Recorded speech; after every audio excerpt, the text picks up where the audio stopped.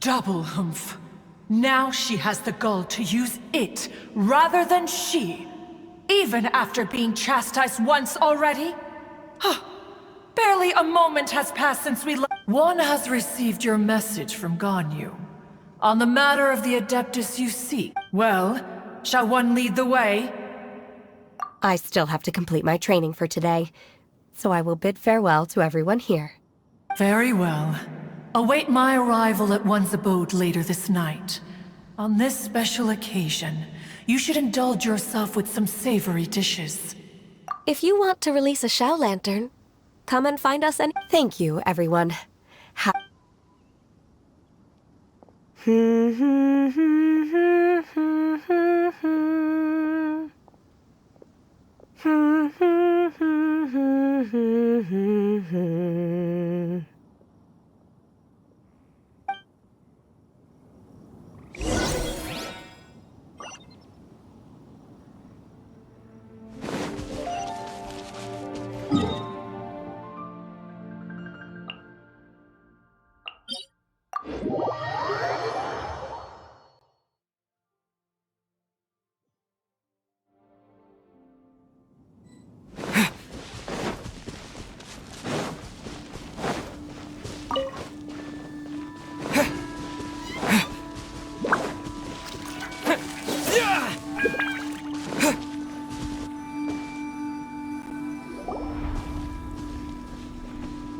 Is this Quayle playing Cloud Retainer? Why did you bring us here?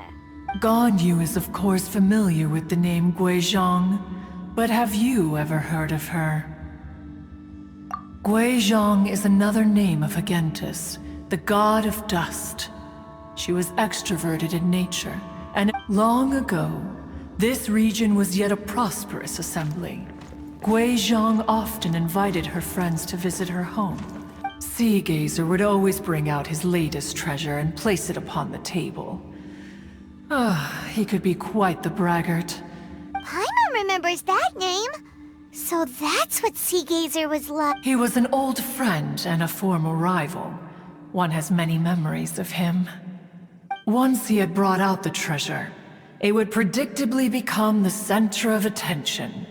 Neither Guizhong nor one was content to... As Adepti, we were each gifted in our own ways, and naturally proud of our accomplishments in our respective fields of expertise. His treasures were not even of his own making. He just used his exploration skills to dig them out of the ground. Cloud Retainer, you are getting competitive again. One digresses. Regardless, every time an argument occurred, Guizhong would come over to watch us during our What kind of nonsense? No kind of nonsense were we spared. Sometimes she would brazenly opine, why argue between yourselves when neither... She always sought to make everyone happy. And one must say, she had quite the gift. It also helped that she never referred to one as that... Come on, get over yourself! Anyway, just as our impassioned arguments would reach the apex of act, who would dare snub the Stove God and his wondrous creations? At the sight of him, we would all immediately... Back then, one was always bothered by how the cups Rex Lapis brought were always too square for one's taste. Can you see yourselves ever enjoying a drink from a square cup? Precisely. So, as you can see, even one as great as Rex Lapis was not immune to making... Even one could never find fault with Marchosius's cooking. As we ate, Guizhong would Each of those old fossils had their character flaws and points of obstinacy. We would drink together from a spot high in the mountains, until the moon... Streetwood Rambler would often remain to admire the flowers with Guizhong. Streetward Rambler? That would be Ping. You probably know her as Madam Ping. Oh, okay. Wait, this is a lovely story and everything, but Or are you saying that it was Guizhong? Didn't she... Alas, long has one avoided this place for precisely that reason. One should have guessed that you would disrupt one's poignant moment. No matter. one. In times gone by, one quarreled oft with Guizhong concerning mechanical principles. We each had our ideals, and neither would yield. Under the pretext of a social gathering, one invited the impartial Rex Lapis to judge the quality of our creations. But Rex Lapis declared that Guizhong's Obscuro Vulpus mechanism was superior. Though one was too proud to acknowledge it, in one's heart, one knew that Guizhong was indeed the superior talent in the mechanical arts. As for the story between Guizhong and Streetward Rambler, that begins with a certain bell. In Guizhong's opinion, while mechanisms were no substitute for human composers, they were yet capable of producing simple but fine melodies. But Streetward Rambler believed music to be an expression of the soul, an emotional enterprise that could never hope to be replicated by machinery. They argued endlessly, until one asked Rex Lapis to intercede. He confiscated the bell and designated it for ceremonial use. Thereafter, one would often find them convening in the mountains, discussing music, mechanics, and all the affairs of the mortal world. But these good times were not to last. War broke out between the gods, and soon engulfed the Guili Plains. Guizhong was overpowered by the enemy, and fell in battle. When Streetward Rambler and I arrived at the scene at long last, all that remained among the ruins was her lifeless body. After this, at Streetward Rambler's request, Rex Lapis granted her the cleansing bell for safekeeping. To honor our friend's memory, one made a few finishing touches to her ballistic device. Many lantern rites have passed since then. Many greetings and goodbyes. Upon what do you gaze? The Guili Plains? No. It's everything.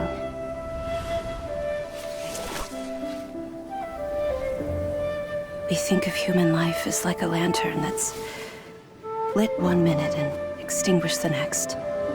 But are we Adepti so different? Perhaps as dust settles after a storm, we too must one day return to the world below. One has always been austere and private by nature, and has never relished socializing. What? You have loads of friends! Just because one is not ignorant of social graces does not mean one is fond of them. But in the end, one is nothing like Streetward Rambler. She is dauntless but thoughtful. Not to mention, back when they were rivals, they would often compete against one another. That cleansing bell was one of Guizhong's proudest works. Having the... Wait! That's weird. Didn't Madame Ping say she pestered an old friend? And she also said something about being a vain beauty when she was young. Streetward Rambler. A vain beauty. That bell has a sad history. Clearly she... As for her old friend, as soon as Streetward Rambler heard that a certain Zhang Li wished to borrow the bell, she realized that the man was none other than Rex. After all, we all have known each other for several millennia. Some things between us are implicitly... Whoa! So they were talking in secret code? Enough of your intrusions. The cleansing bell is powered by a mechanical art, and can be used to great effect as an accompaniment. But Streetward Rambler did not acquire it from Rex Lapis for the purpose of producing further funerary tune. The two once clashed over their beliefs about the meaning of music. Once upon a time, Streetward Rambler also loved gatherings, liquor, and music. But after Guizhong passed, she preferred her own. Music would go from mournful to soothing. Many years passed before she finally composed a melody to her satisfaction. Which brings one back to the matter you've been investigating. Perhaps it was during that performance that the ancestor... But If she was so happy with the melody, why would she only play it once? One was also greatly perplexed by this. After suppressing one's curiosity, in response, though the strings that played that melody survive, the one who inspired it is gone. Tell me. Aww. I just remember being taken care of by you when I was young. Once the Archon although I met Guizhong a few times. Guizhong was quite the visionary, but tragically passed before. Had you not decided to search for that mystery Adeptus, as of now, you know the truth. That the Adeptus who rescued the drowning man was none other than Streetwood Rambler. Do you intend to discuss this with her?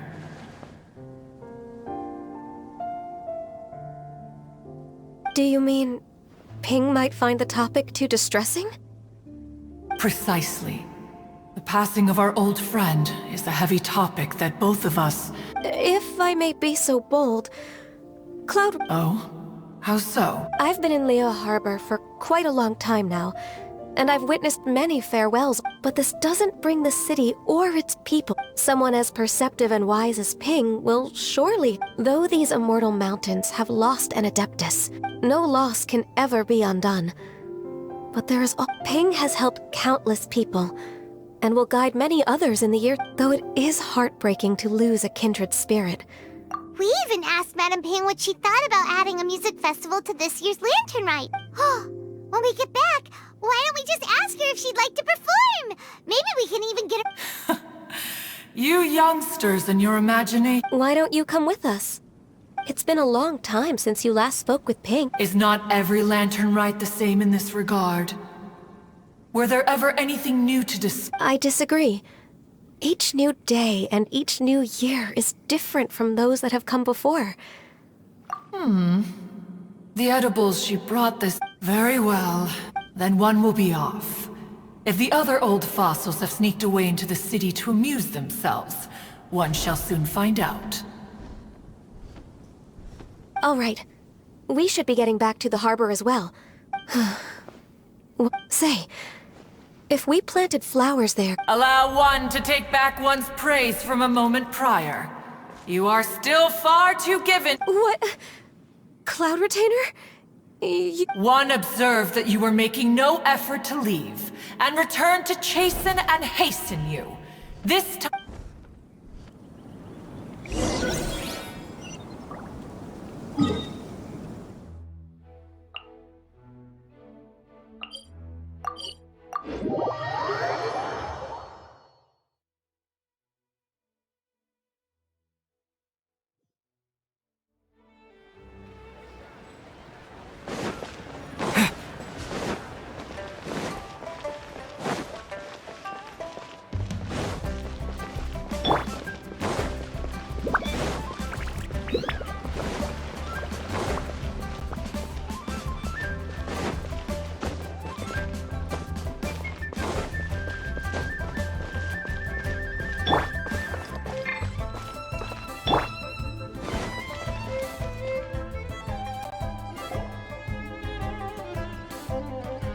Whoa! Madame Ping? It appears you made haste after all. Oh, bless my soul. To what do... Miss Illuminated Bird, haven't you said it? Said what, precisely? And why should one be tapped? 'Cause you're the one who's known Madame Ping. Street word. Or rather... Oh, Cloud Retainer. One, given that Lantern Rite is almost upon us, the... Ganyu? Huh? All right. So, this all started because we were trying to help Mr. Dvorak. Cloud Retainer informed us that the one who played that melody and rescued the drowning man was... Let me think. What a long time ago that was. I'm surprised. Even more astonishing, perhaps, is the fact that this story has survived this long at all. It appears that she has proven herself... Who's